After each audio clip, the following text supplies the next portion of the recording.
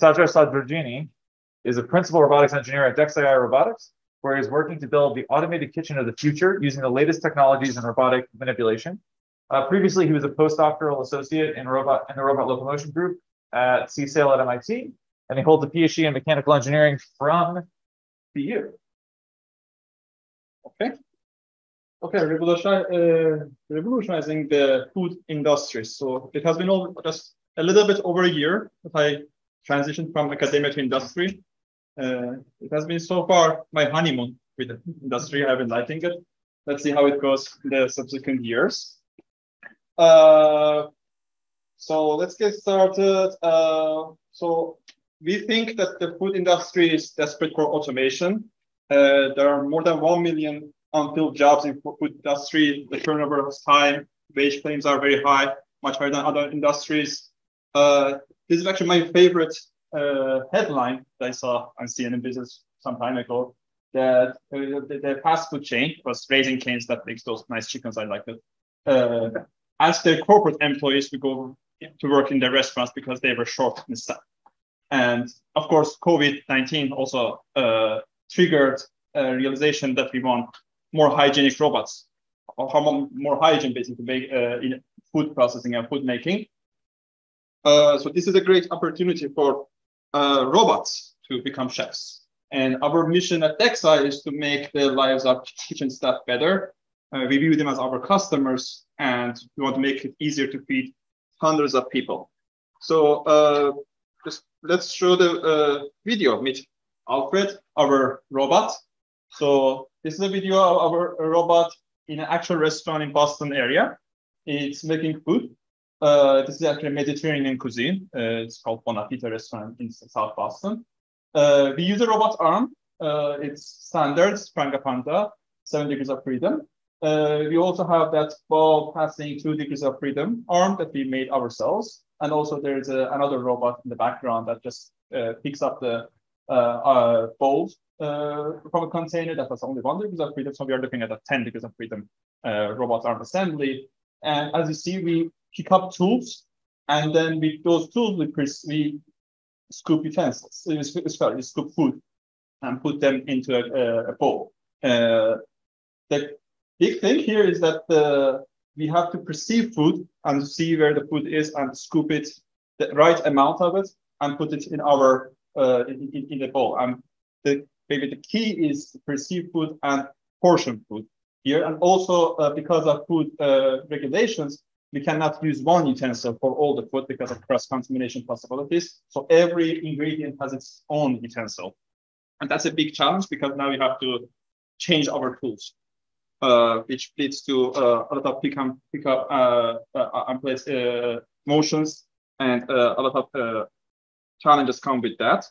So as a former person from academia, I'm going to talk about some aspects of our work which we turn theory into practice and challenges with them.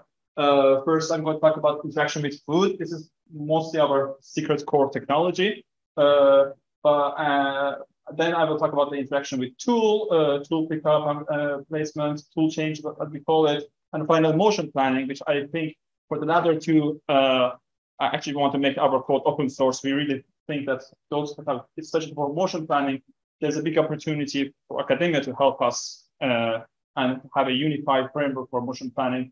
I'll talk about them in more detail. So, but first about the interaction with food, about the problem that we face and we want to solve is how to make robots reliably pick up a certain amount of food from a container. And here is the Mario demonstration, robot picking tomatoes from a container.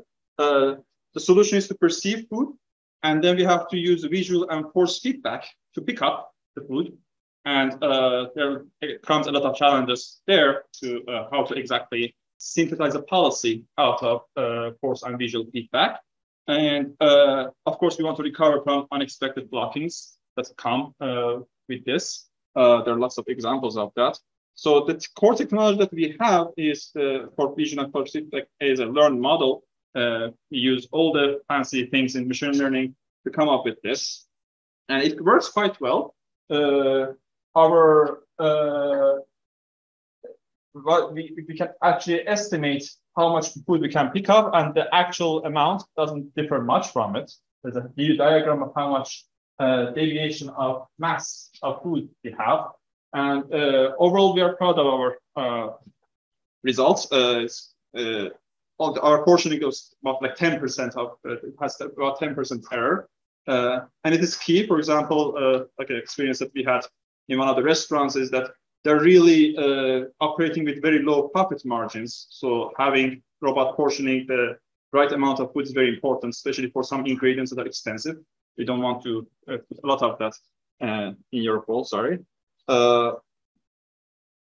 And also generalizability is a key to development, to basically deploy these robots in many kitchens and cuisines. This is actually a video of a robot picking up protons for the first time. It's seeing such a food. Previously, it was observing similar food. Maybe I can play this one more time.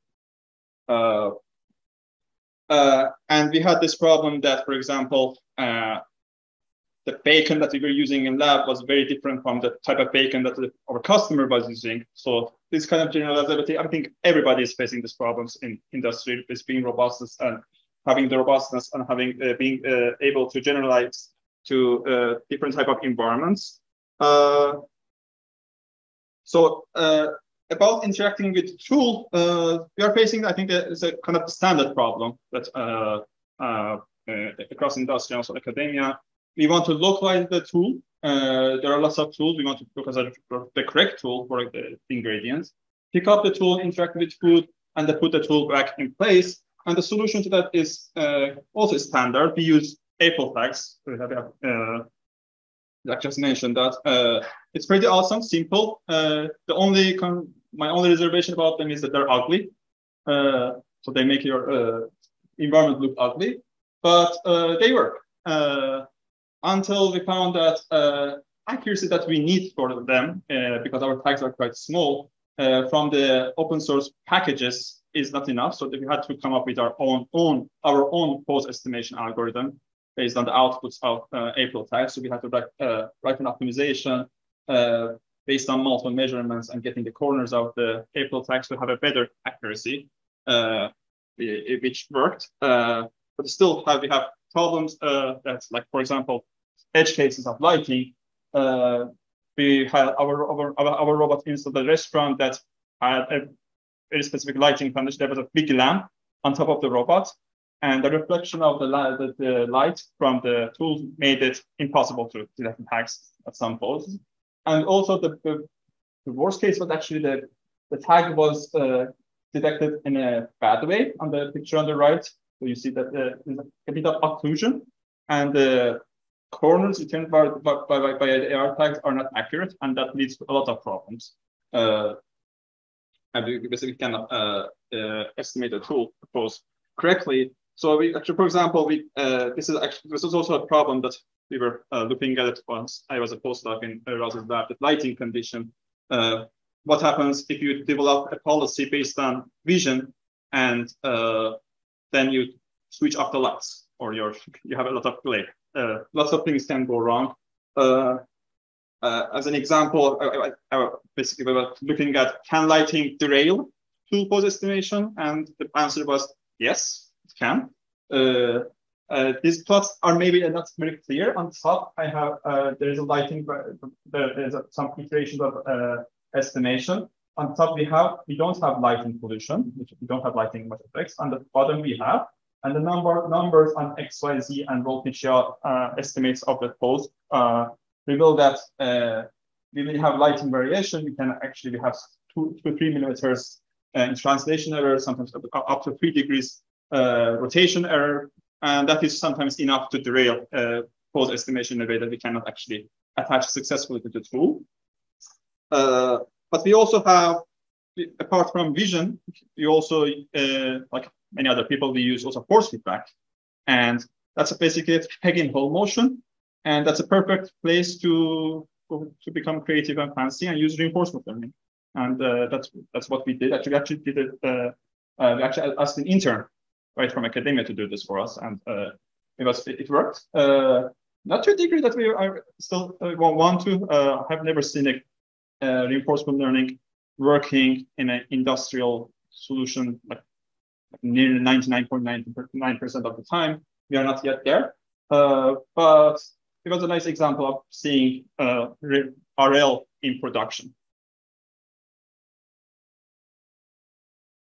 So finally, I want to go through motion planning, which I think is a problem that mostly is the closest is most related to what we think academia should move in this direction. So motion planning has been a problem, like a classical problem for a while, many more than a few decades. And the problem is quite easy to understand. We want to go from A to B usually, and we want to avoid the obstacles. We may have some post constraints on the end effector. For example, when we are picking up the food with our spoon, we don't want to spill the food. And we have dynamical limits as well, like torque constraints, velocity, acceleration constraints, and we have some like additional constraints that we don't want to spill food, so we don't want to move very fast. We have acceleration constraints on certain frames of the robot. But one thing that is maybe a bit we care more about it than other applications on other companies is time optimality. So because we are making food and nobody wants to get a delay in their food, we want to really nail optimality. And we are surprisingly find that there are not very good amount of solutions there. And I'm going to talk about that in more detail now. So just to show this, as you said, there's a scoop of some food from the container. Just can see the richness of constraints in such a problem that you have to go down, pick up food. There are lots of things going on there. But then you will come up, you have to maintain some orientation until you come on the top of the bowl, and then you have to dispense the food. And we want to dispense maybe at a certain location, maybe at the center of the bowl. These are all, if you think of them mathematically, they just pose a lot of non-convex constraints in your framework. And on top of that, we have, as I said, tooltip velocity acceleration for food interaction. And also we have like bowl acceleration. We had this problem at some point that we were moving the bowl so fast that food was flinging over. Terrible thing to have. So over all of this, each set of constraints, we have to plan our motion. So we were thinking and scratching our heads, what is the best global optimal planning approach to this? Surprisingly, we didn't find a good solution. Where for global plans, of course, I think the best thing is to use standard sampling-based motion planning algorithms because the dimensions are quite high, 10 dimensions, sometimes even more, depending on the setting. So we converged on global planning for using sampling-based planning for global plans, and then use local optimization, nonlinear optimization to make them more optimal.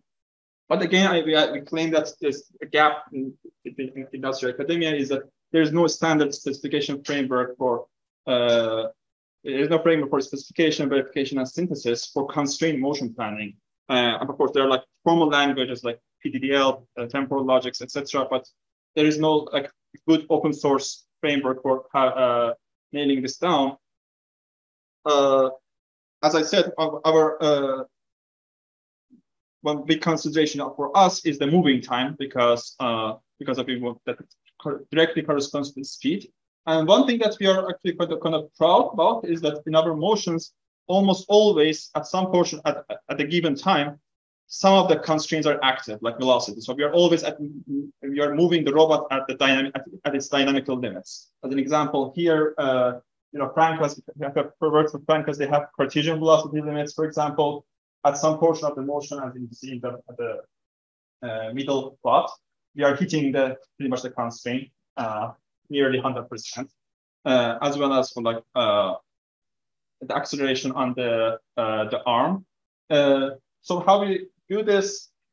I'm getting a bit more technical here. We first minimize the path, and then we solve time optimal planning problem with all the constraints that we have.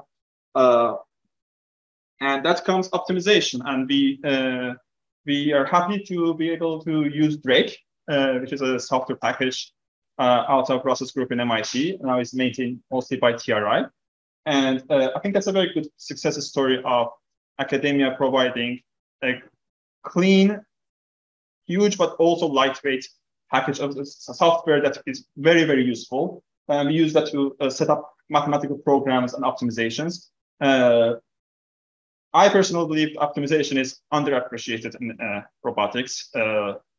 Just to be able to have a framework that can specify your robot, take a URDF, build a plant, and do an optimization on top of that is very valuable, in my opinion. And another success story was this paper, not quite cited much, surprisingly, that does time optimal path parameterization in a very scalable way. We just use that, and then we told the Drake people this is amazing, and then we pushed it up into the Drake to basically, given a path that you give from A to B, given a spline, you want to move on that in time optimal way, but you also don't want to spend much CPU time on it. So this usually gives like optimal time parameterization under 100 milliseconds using a sequence of mathematical programs.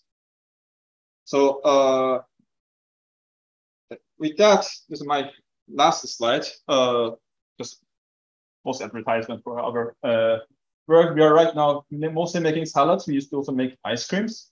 We also made steak with our robot, and many things are in the future. I think food automation, especially the fact that you have to deal with food, so manipulating food is awesome. Is maybe the next big thing, and it also changes the way that you have to think about manipulation.